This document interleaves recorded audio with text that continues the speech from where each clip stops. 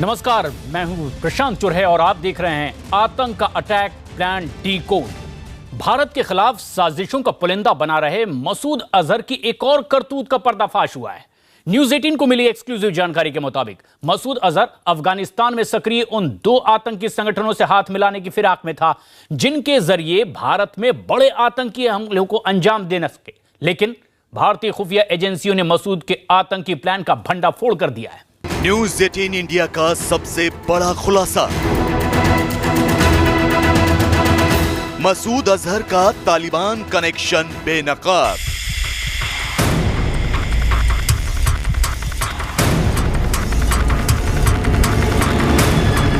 BJP और RSS नेताओं पर हमले की साजिश।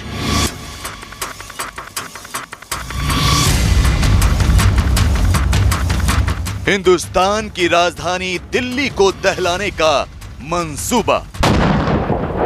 मसूद अजहर भारत में दहशत फैलाना चाहता था।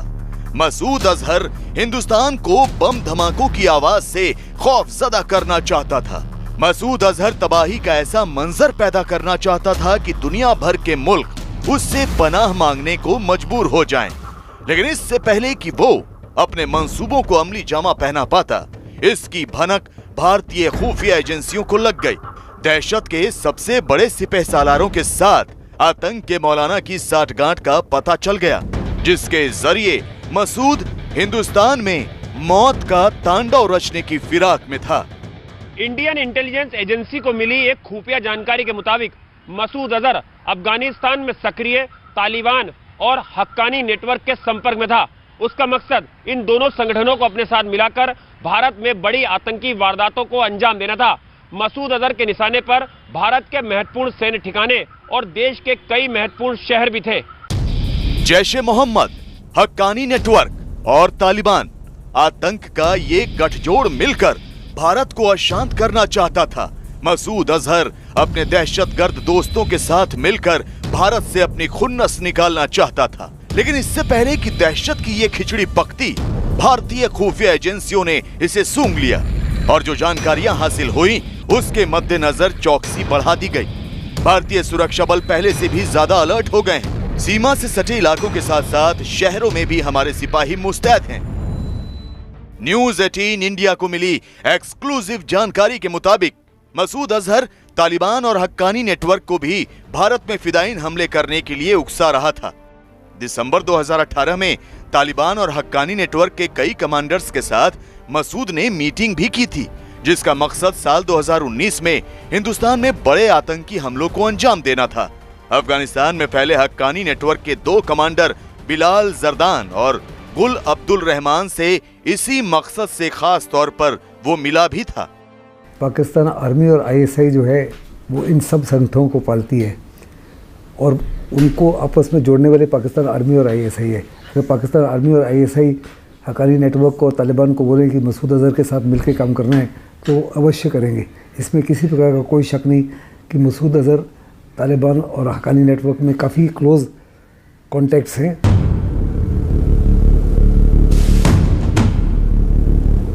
आपको बता दें कि पाकिस्तान के उत्तरी वजीरिस्तान स्थित मीराम शाह में हक्कानी नेटवर्क के ज्यादातर ट्रेनिंग कैंप हैं।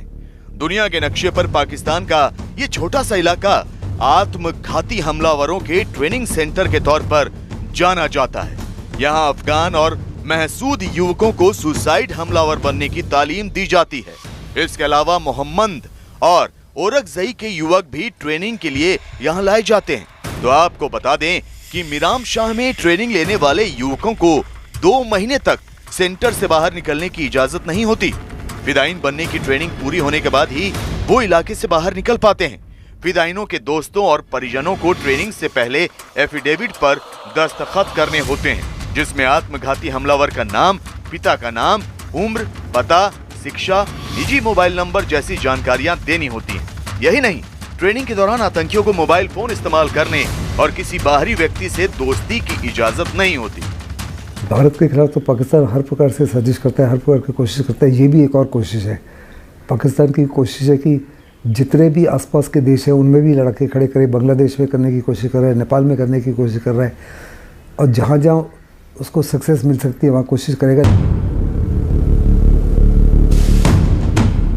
वैसे भारत के लिए खतरा सिर्फ मसूद अजहर का जैश ए मोहम्मद, हक्कानी नेटवर्क और तालिबान ही नहीं, बल्कि एक और आतंकी तंजीम है जिससे सीरिया और इराक जैसे मुल्क तबाह हो गए। जी हाँ,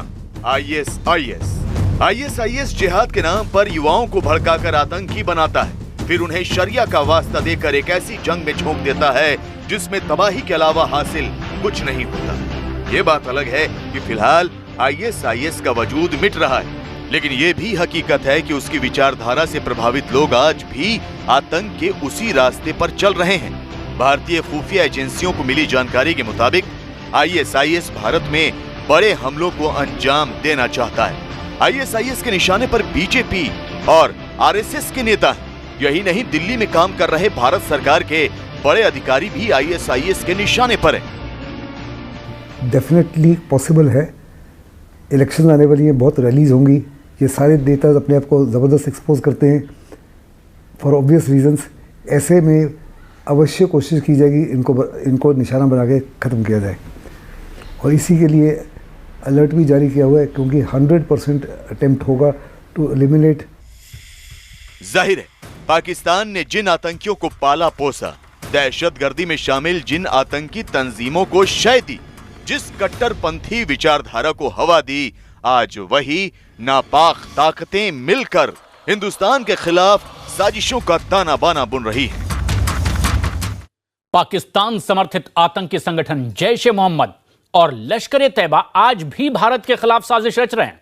खुफिया सूत्रों से मिली जानकारी के मुताबिक पाकिस्तान के बहावलपुर में मसूद अजहर के आतंकी कैंपों में दहशत का पाठ पढ़ाया जाना बदस्तूर जारी है। और इतना ही नहीं, करीब 22 आतंकी कैंप पाकिस्तान में अभी भी सक्रिय हैं, जबकि इमरान खान की तथाकथित तरक्की पसंद सरकार कहती है कि वो दहशतगर्दों के खिलाफ कड़ी कार्रवाई कर रहे हैं। बहावलपुर पाकिस्तान के पंजाब प्रांत का एक जिला, जहां की आबादी 25 लाख से भी ज्यादा है।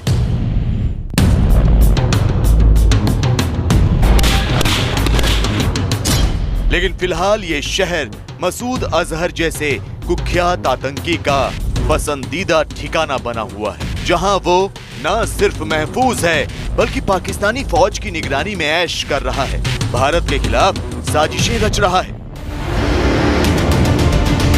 खबर तो यहां तक है कि बहावलपुर में जैश ए मोहम्मद के फिदायीन तैयार किए जा रहे हैं और इसके लिए एक बड़ा नेटवर्क मसूद की मदद में जुटा है, जिस नेटवर्क में स्थानीय लोगों से लेकर पाकिस्तान के मशहूर सियासतदान, वहां की सेना के आला अधिकारी और आईएसआई के एजेंट शामिल हैं। पाकिस्तान की सरकार भारत के दबाव में मसूद अजहर और हाफिज सईद के आतंकी संगठनों पर नकेल कसने के दावे कर रही है। कहा तो यहां तक जा रहा है कि हाफिज सईद को लाहौर स्थित जमात-उद-दावा के हेडक्वार्टर में जुमे की नमाज तक अदा नहीं करने दी गई, लेकिन हकीकत तो ये है कि पाकिस्तान की सरकार कार्रवाई के नाम पर सिर्फ दिखावा कर रही है। आतंकी तंजीमें आज भी पाकिस्तान के अलग अलग हिस्सों से ऑपरेट कर रही हैं, फिर चाहे वो बहावलपुर हो, लाहौर या फिर पीओके का मुजफ्फराबाद। वॉशिंगटन पोस्ट में छपी खबर के मुताबिक बहावलपुर में अभी भी जैश ए मोहम्मद की विचारधारा से प्रभावित लोगों की एक बड़ी तादाद मौजूद है, जहां लोग अपनी इच्छा से इस आतंकी संगठन को पैसे मुहैया कराते हैं। फंडिंग के लिए बाकायदा एक ऐसा ग्रुप तैयार किया जाता है जो लोगों को इस्लाम का हवाला देकर बरगलाता है। उनके खिलाफ कोई कार्रवाई नहीं होती, क्योंकि ये पाकिस्तान के अपने ही पाले हुए लोग हैं, जिनको हर प्रकार की सहूलत दी जाती है, हर प्रकार की फंडिंग दी जाती है, पैसा दिया जाता है, ट्रेनिंग दी जाती है और इन्फिल्ट्रेशन के लिए सीज़फायर वायलेशन की जाती है। तो पाकिस्तान के तो ये स्ट्रेटेजिक एसेट्स हैं, और स्ट्रेटेजिक एसेट्स उन्होंने इनको कायम किया है, क्योंकि वो समझते हैं हिंदुस्तान से कश्मीर को इनके माध्यम से हथिया लेंगे। जाहिर है, पाकिस्तान एक्शन के नाम पर ढोंग कर रहा है। दरअसल वहां के हुक्मरान और सेना आतंकी संगठनों पर किसी भी तरह की पाबंदी लगाने के हक में बिल्कुल नहीं है, क्योंकि ये आतंकी ही हैं जिन्हें हथियार बनाकर पाकिस्तान भारत के खिलाफ अपने एजेंडे को बल देता आया है। लिहाजा वो क्यों चाहेगा कि उसके चहेते आतंकी दीवारों के पीछे कैद कर दिए जाएं। आपको बता दें कि भारतीय खुफिया एजेंसियों को मिली जानकारी के मुताबिक पाकिस्तान में अब भी 22 आतंकवादी ट्रेनिंग कैंप सक्रिय हैं। इनमें जैश-ए मोहम्मद के 9 कैंप शामिल हैं।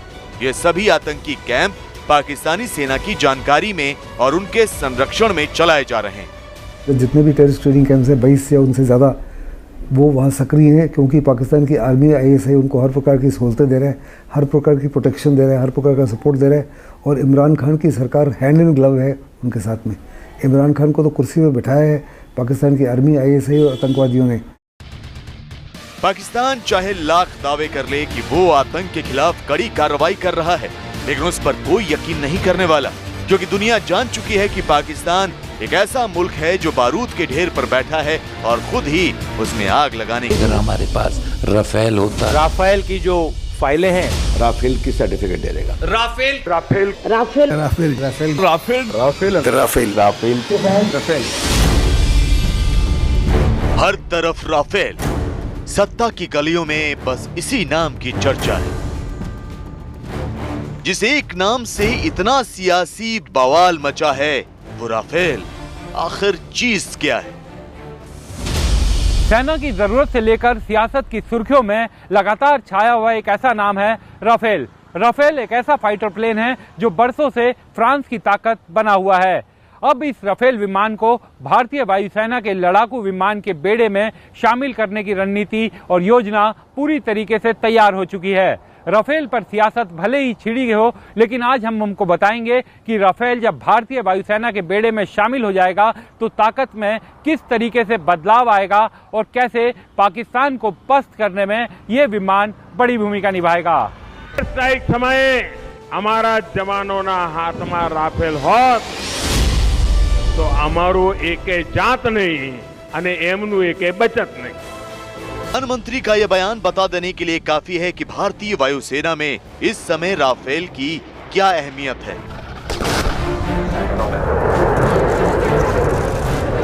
भारत के लिए राफेल की जरूरत समझने से पहले देखिए कैसे इसने फ्रांस की रक्षा का जिम्मा उठाया हुआ। ये धमाके खतरनाक आतंकवादी संगठन ISIS को फ्रांस का जवाब थे। ये फ्रांस को गलत निगाह से देखने का जवाब था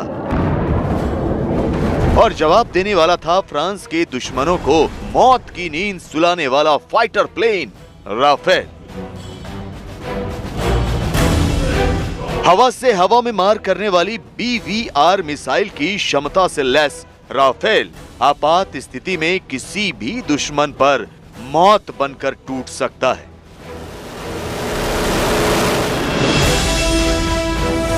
पेरिस एम्स्टर्डम की एक जो ट्रेन है उसके ऊपर एक जो है किसी लोन वोल्फ अटैकर ने, आतंकवादी ने हमला किया था और जो है एक मैगजीन फ्रांस की थी शार्ली एब्डो करके, उसके सारे एम्प्लॉइज़ को कुछ लोगों ने, हथियारबंद आतंकवादियों ने पेरिस में मार गिराया था। तो ऐसे में 2015 में फ्रांस ने पहली बार राफेल एयरक्राफ्ट का इस्तेमाल करते हुए ISIS के कई कैंप्स को उन्होंने नेस्तनाबूद कर दिया, जिसके दम पर फ्रांस ने दुनिया को दिखाई अपनी ताकत। दुश्मन के लिए काल का दूसरा नाम।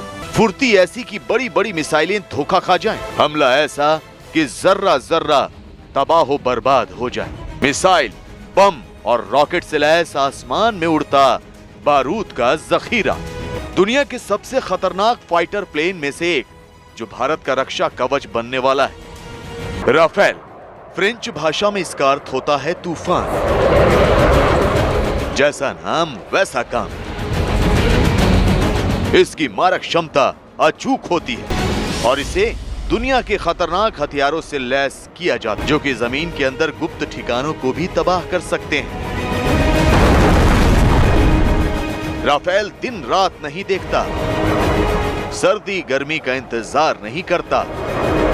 हर मौसम, हर वक्त ये दुश्मन को सबक सिखाने के लिए तैयार रहता है। ये राफेल भारतीय वायुसेना का हिस्सा बनने वाला है। राफेल ने इस साल बेंगलुरु एयर शो में भी अपना जलवा दिखाया है। सरकार ने फ्रांस से सौदा किया है, जिसमें साल 2019 से 2022 तक 36 विमानों की आपूर्ति होनी है। 36 राफेल फाइटर में से 28 सिंगल सीटर प्लेन होंगे और 8 विमान 2 सीटों वाले होंगे, जो खास तौर पर ट्रेनिंग के लिए मंगवाए गए हैं। मैं ईमानदारी के रास्ते पर चलूंगा, राष्ट्र रक्षा को प्राथमिकता देते हुए चलूंगा। मैं मेरे सेना के जवानों को उनके नसीब पर नहीं छोड़ूंगा। उनकी जो भी रिक्वायरमेंट है उसको खरीदना पड़ेगा तो प्रक्रियाओं को तेज गति से चला करके करूंगा। मुझ पर आरोप होते रहेंगे तो भी करूंगा, क्योंकि मैं ईमानदारी और सत्य के साथ जीने वाला इंसान हूं। इसलिए झूठे आरोपों से डर करके मैं मेरे देश की सेना को दुर्बल नहीं कर सकता हूं। मैं मेरे देश की सेना को निहत्थी नहीं कर सकता हूं। देश को जो आवश्यकता है वो मिलना चाहिए। आखिर ऐसा क्या खास है राफेल में जिस पर भरोसा दुनिया के सबसे ताकतवर देशों में शुमार फ्रांस भी करता है? आखिर क्या खूबियां हैं इस लड़ाकू विमान में जिस वजह से भारत भी इसे अपने बेड़े में शामिल करना चाहता है? आखिर क्यों राफेल को बड़ी जंगों में ब्रह्मास्त्र माना जाता है? आइए आपको एक एक करके समझाते हैं। राफेल एक बार में 17,000 किलोग्राम ईंधन भर सकता है। इसके 4.5 जनरेशन के ट्विन इंजन 1 मिनट में 60,000 फुट की ऊंचाई पर ले जा सकते हैं। दूसरे फाइटर प्लेन की तरह इसे ज्यादा लंबे रनवे की जरूरत भी नहीं होती। राफेल 1312 फीट के बेहद छोटे रनवे से उड़ान भर सकता है। इसकी अधिकतम रफ्तार 2130 किलोमीटर प्रति घंटा है। ये रफ्तार आवाज से भी ज्यादा तेज है। इस बात को इस तरह समझ सकते हैं कि भारत के अंबाला एयरबेस से पाकिस्तान के लाहौर तक की दूरी लगभग 265 किलोमीटर है और राफेल अगर अंबाला एयरबेस से उड़ान भरता है तो उसे लाहौर पहुंचने में सिर्फ 7 मिनट का वक्त लगेगा। इसके पास डीप स्ट्राइक कैपेबिलिटी है। ये एंटी शिप स्ट्राइक भी कर सकता है और इसके साथ साथ ये रिकॉनासेंस में भी पार्टिसिपेट कर सकता है। यदि खुफिया जानकारी इकट्ठा करनी हो तो इसमें भी ये विमान बहुत ही कारगर साबित होते हैं। दुनिया के सबसे ताकतवर फाइटर जेट्स में शुमार राफेल की सबसे बड़ी ताकत रडार को चकमा देना है। ये अपनी रफ्तार की वजह से किसी भी रडार को आसानी से चकमा दे सकता है और जरूरत पड़ने पर पाकिस्तान और चीन जैसे देशों की गुस्ताखी करने पर आसानी से घुसकर अंदर कोहराम मचा सकता है। राफेल जितना शानदार है उतना ही खतरनाक। दुश्मन को दहलाने के लिए बस इसका नाम ही काफी है। राफेल जब उड़ान भरता है तो दुश्मन के हौसले पस्त हो जाते हैं। बमों की ऐसी बारिश जो शहर के शहर शमशान में तब्दील कर देती है। मिसाइल का ऐसा जखीरा जो बड़े बड़े दुश्मन को सुपुर्दे खाक कर देता है। राफेल के दोनों पंखों में 3 MICA air to air defence missile लगे होते हैं। इसके अलावा इसके पंख में 3 लेजर गाइडेड बम फिट होते हैं। जब ये बम जमीन पर गिरते हैं तो तबाही मचा देते हैं। राफेल परमाणु हमले, एंटी शिप अटैक, टो ही क्षमता, close air support, air defence और लेजर निर्देशित लंबी दूरी की मिसाइल के हमले में भी सक्षम है। यानी दुश्मन चाहे हवा में हो, जमीन पर हो या फिर पानी में, राफेल से बच नहीं सकता। इसके अलावा इस प्लेन में 1.30 mm की एक गन लगी होती है जिसमें एक बार में 125 राउंड फायर करने की क्षमता होती है। घातक MBDA मेटोर, MBDA Apache, storm shadow, SCALP मिसाइलें इसकी साथी हैं। राफेल अपने साथ 8 से 10 हवा से हवा में मारक क्षमता वाली मिसाइलें ले जाने में सक्षम है। ये एक ही उड़ान में कई एक्शन को अंजाम देने के साथ साथ दुश्मन की मिसाइल को हवा में ही ध्वस्त भी कर सकता है।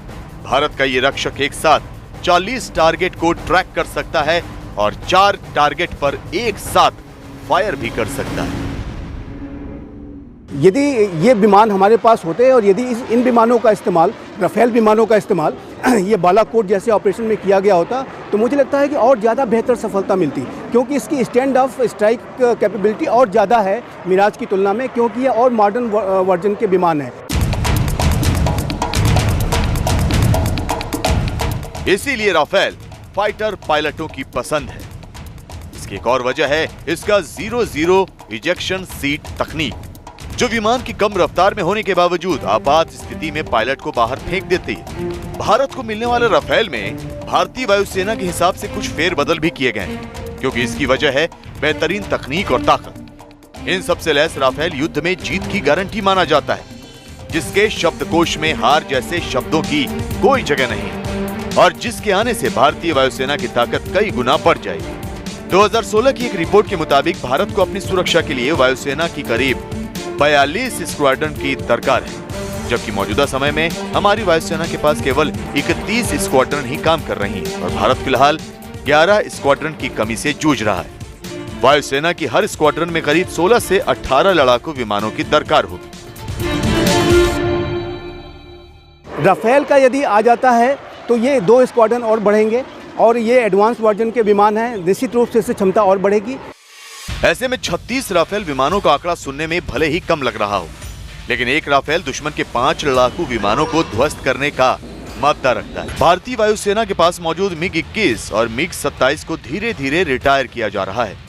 वर्ष 2019 तक इसकी 2 और स्क्वाड्रन को रिटायर कर दिया जाएगा। बचे हुए MiG-21 की स्क्वाड्रन को 2024 तक रिटायर कर दिया जाएगा।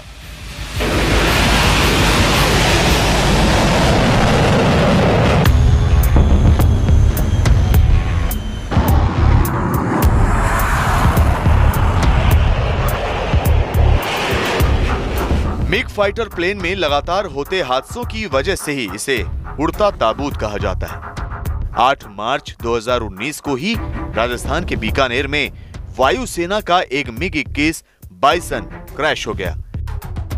एयरक्राफ्ट में मौजूद पायलट समय रहते निकल गए।